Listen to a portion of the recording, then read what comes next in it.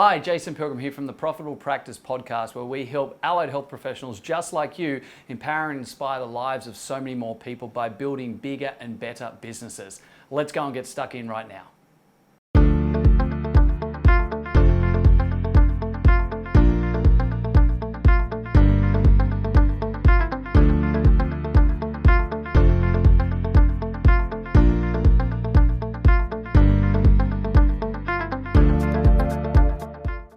G'day guys, welcome to another episode of the Profitable Practice podcast. In a bit of a different location today, here with Paige Hadley, one of our international representative netballers for Australia. In fact, I'm going to probably put myself in the deep end here and go through her career a little bit. She's probably going to correct me with some of the stats, but we'll see how we go. Paige, welcome and thank you for joining us. Thanks for having me. Absolute pleasure. Got to first put it out there, say thanks to your brother as well, because I've known Rob for many years and helped him out quite a few years ago. He always stitches me out. And he has. He stitched you up and said, hey, you've got to do this for Jace. So shout out to you, Rob, if you're listening.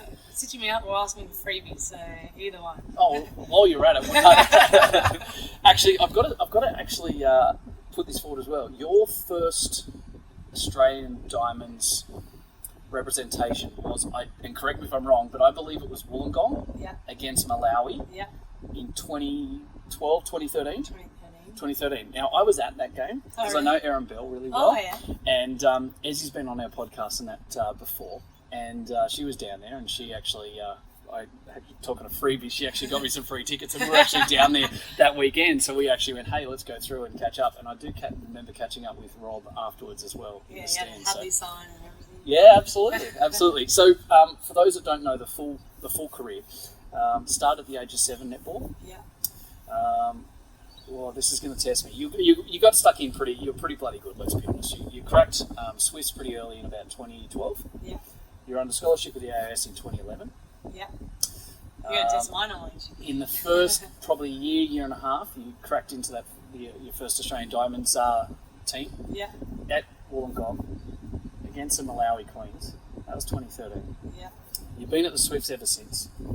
I do know that you had Commonwealth Games in 2014. No? I didn't make that team. Oh, I was injured. Injured, okay, all right. There you go. That's the first. Year, yeah. But you were world champion in 2015 with the Diamonds in that squad, which was absolutely awesome. No doubt. Yeah. Talk me through that. Tell me what it's like to world champion wise Diamonds. It's honestly like a dream. You know, it's something that I was never a young girl that kind of looked up to playing. You know, for the Diamonds. I kind of just loved the game. Yeah. And my mum was heavily involved with our local club, so that's hence why I just started playing. And I was Penrith days, wasn't it? Yeah, and my best friend signed up for the team, so I did the same, and thank God she signed up, otherwise I may never have signed up. Yeah. But I was there all day with mum, umpiring, coaching, playing, and then it wasn't until I was later and I was watching World Cup games on TV, and I remember the 2011 one, and Laura Guts was leading, and I was sitting with Kim Rebellion at my house actually, and I was like, well, imagine one day we're going to be there, and you both have too. It was just a thought, and then 4 years later, there we were both there, and obviously I didn't get to play the final, but to be a part of just the whole thing and being in Sydney and having my family there after kind of 2014 with injury, it was just phenomenal. And I think it's one of those moments when you look back on it and you just think how special it was in the time. You just go through the motions and oh, this is so cool, and how am I here? And so my first World Cup, I was like, how am I here? How did I get here? What am I doing? Blink and it's gone. Yeah, and it was just gone. But to be a world champion and to be recognised like that and have a gold medal, and it was so surreal. And I think it wasn't until after I realised how hard it actually was to even be in that team of 12 when there's so many young girls and so many people that play netball. Yeah. Well, you probably aren't aware of this, but I've got 3 daughters myself. So when you start talking about time on the sidelines and coaching, my wife's had a netball background, so she's coaching, and we've got my 3rd daughter's about to start. She's turned 6, so she started. But the last 3 or 4 years, I've had the 8-year-old, the 10-year-old. We're all going through that process. So yeah, there you go. So that was pretty amazing, 2015, and then obviously, without wanting to sort of press the wound too much, left ACL in 2016, 17? Before that was in 2013. Was it? Well, there you go. 2014. There you go. Okay. Yeah. So to talk me through that, I will say it. I've had 2 ACL recos on my right knee myself. swimming background and triathlon and all these other rugby and all these type of things didn't do it. And it was when I was actually unfit and decided to jump into play a bit of soccer for the first time ever and play with some blokes and just have some fun. And 5 minutes into the second game, my career was over. So I know what it's like, but yeah, talk me through that moment. Yeah, like it was really difficult. I think for me, I was 20, 21. In 2012, I'd just been a replacement player for Swifts. So I kind of got into the scene. I was like, well, this is really cool. And I was playing with the likes of Moni Gerard and Swindon McCloma and Susan Pettit, or probably at the time. And I was like, well, this is cool. And then I got my first full-time contract in 2013. Yeah. And I was playing more wing defence then. And I was getting heaps of court time. And first year I thought, obviously on the bench and just watching. And then that year I debuted for my country, and I was like, whoa, like how cool is this? Like, I'm 20, 21, I've gone to a World Youth Cup, I've just debuted for Australia, I won 21's Player of the Year, like this is like, how good is this? Everything's happening. It's all too easy, right? I'm like, I just thought, this is what just happens, you go through the pathway and then you get signed and then play for Australia and whew, this is awesome. And then 2014 came around and I got picked in the Australian squad for the Com Games. So there was about 18 of us that got picked, and so I was trialling for that. And then I think we did a whole pre-season in the second game. We played one game against Perth, and then it was the Thursday just before going to go to New Zealand, and just like any other day, you go through the motion, you train, you do things, and probably like maybe towards the end of the session, maybe 90 minutes in, then we were just doing long court, and then the ball went out just in front, and I was trying to stay on side so not going in the circle as a wing attack, and I just felt my knee just give away, and I screamed, and then I fell to the ground, and we were at Anne Clark Centre, and it's very like dungeony in there, and everyone kind of just walked away from me, couldn't look at me. And then obviously our assistant coach came over, our physio ran over, and I knew straight away. I just felt like the pop when it went. Yeah. I just didn't know. Obviously I was devastated. I was crying. I didn't know what to do, what to say. But I think I didn't know I had no idea what the journey ahead was. I think for me, I was a very lucky athlete. I never really saw physio. I never really had injuries when I was younger, and then that was my first actual real injury where I had to miss game time.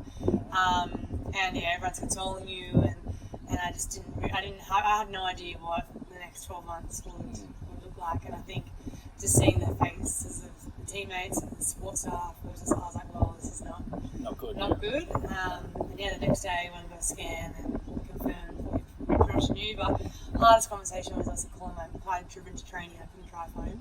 Yeah, right. And I called my mum, and she was at netball, obviously, so it didn't get through. I was like, oh, I'm going to have to call my dad. Like, he's so bad with these things, so I called my dad. And he and my brother both came to us, pick up my car and drive me home. And I think we said 2 words the whole way home, but I think he knew exactly. Yeah. And it's hard for them to come to every game and watch, and then obviously now they're sidelined and not playing. So yeah, that moment was really, really tough. Yeah. So let's get away from the physical pain of it. Let's fast forward.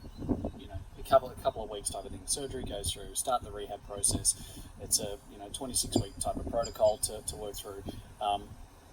You're in a bit of a different situation for most. Obviously, being a professional athlete, you've got extra support around you and those type of things as well. Yeah. But just talk me through what it's like. What was probably mentally was probably one of the toughest parts. I think physically, I had amazing people around me. I had physios, I had SNCs.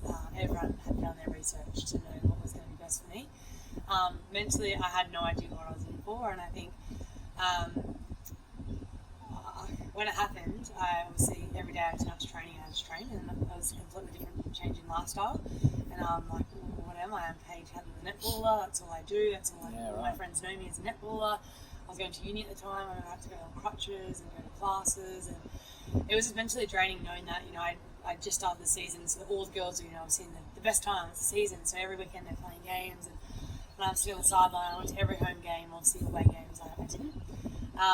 But mentally, it's a very lonely place. I think I'm so used to playing team sport where I'm around people constantly, just conversations, and then you go. You're also one of those people that loves the engagement. You love talking. You're always smiling. It's it's not you're not the person that's in the doldrums. And I think I always had a good work ethic. I always worked really hard, so that was one thing I think that got me through. As I knew I had to kind of head down, and just keep going. But eventually it was hard. There was days where, I couldn't even be around the team because it just kind of, it sucked that I was watching and I couldn't do half the things. So eventually it was a challenge just to, obviously feeling alone in rehab. I had great people around me. It was like the unknown of what is to come. Will I come back?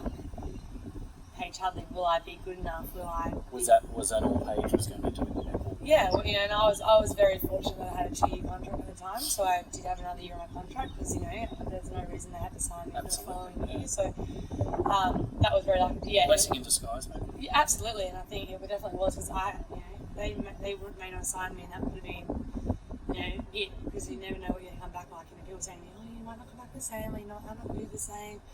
But yeah, mentally it was tough. There was some days I was like, I'm killing this. Like, rehab's for me.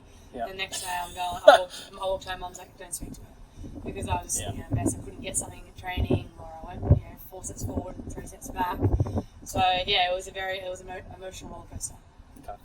So you've obviously had other teammates that have been through pretty significant injuries and things like that. Was that a bit of a support network for yourself as well? Like, did you lean on other people? It was interesting because I think a lot of people, try and support you, but when they've never been through it, it's very hard to sympathise with how you're feeling because it's a completely different injury to, a broken ankle or, you got out for 12 months and you learning how to walk again and run again. So there was people I definitely went to, Maddie Robinson, Maddie Brown now, she had done it and she was the one that actually took her spot in the World Cup when she did hers, but I spoke to her a bit about it. She was just brutally honest about what's going to happen.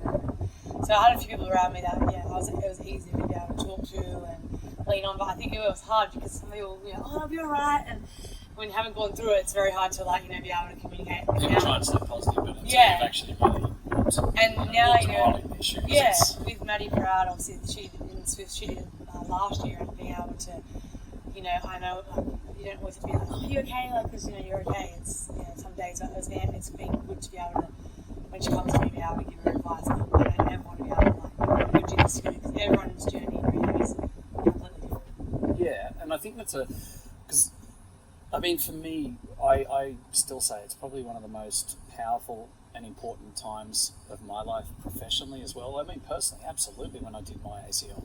I think I learned more about being a patient and more about not so much the clinical diagnostic skills, but if you think about it from a practitioner point of view, which is, it's hard for you to think that way, but I suppose it's been my background that we always try and think about how the patient feels, how the client's actually going to react to certain scenarios. And with an injury such as an ACL reco, being a 12-month process at an elite level, it's an exceptionally hard thing for a practitioner to put themselves into the shoes of their client, right? Yeah.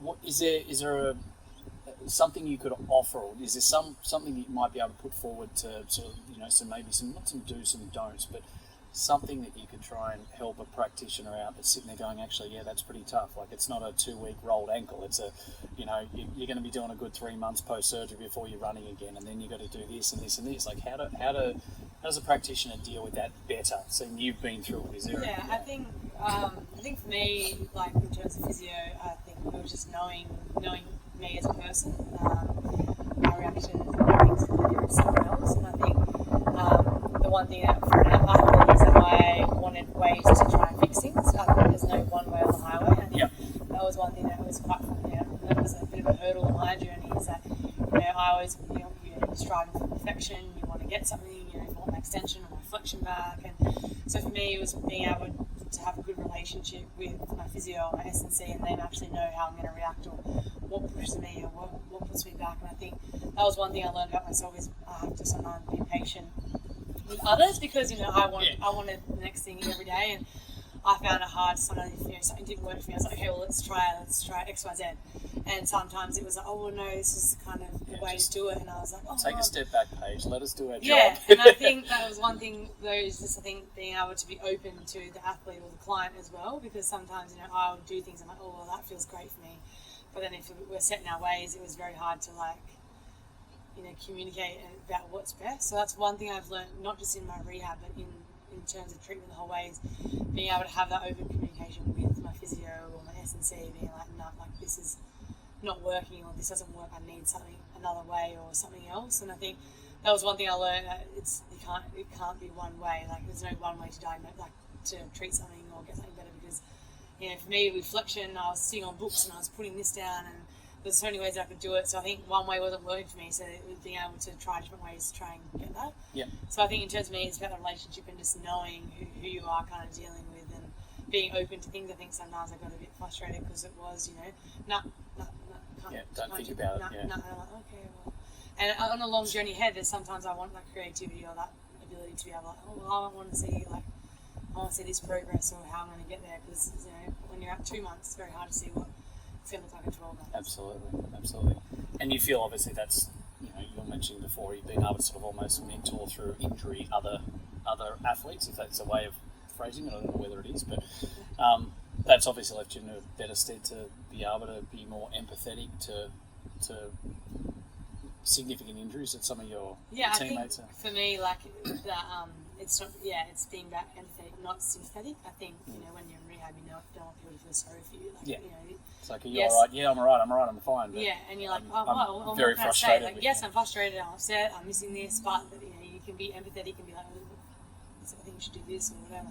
That's one thing I've learned, is that there's a difference between sympathetic. I don't want people to feel sorry for me and be like, oh, you know, like, you're only 21. Like, you've got your whole career ahead of you. And that was one thing I was like, oh, well, like, you know, these 21-year-olds still run around playing. Like, why can't that be me? Yeah. So I think that was one thing I learned, is that to be empathetic to people, and I now know what they're going through, so it's easy to be able to communicate and not be like, it'll be fine.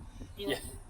Like, it'll be fine. Yeah. But the best thing about rehab is everyone's journey. Like, we do the same injury, but it can be so different to how we get back.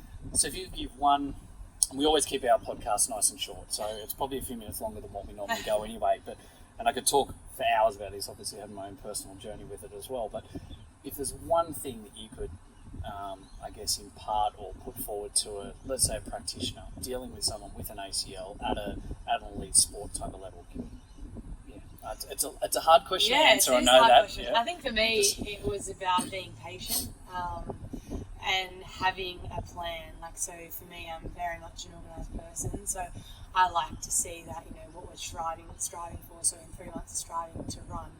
In 4 months, I think that was so good for me to be able to have these little things chip away with that. Because when I first did it, I was like, holy hell, how am I going to be back playing netball?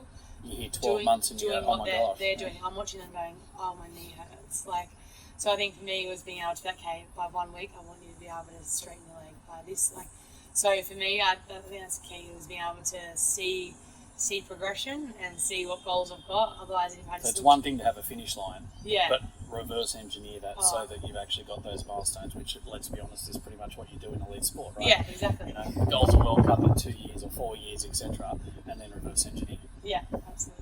Awesome. Well, look, I don't want to take any more of your time because I know it can get a little bit of a touchy subject and phantom pain. You're probably rubbing your knee now, going, it's a bit sore just talking about it. But hey, thank you very much for jumping on the podcast.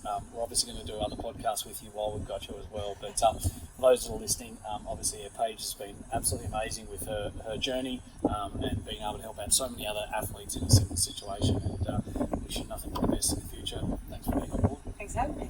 Cheers. Hey guys, thank you very much for listening to another episode of the Profitable Practice Podcast. I would love nothing more than for you to be able to leave a review. I get so much joy out of listening and reading the amazing things that you guys say about this. So please subscribe to our channel, leave a review, and share it with your friends. Let's get some more fantastic information out there so all of us can grow the industry together. Cheers for now.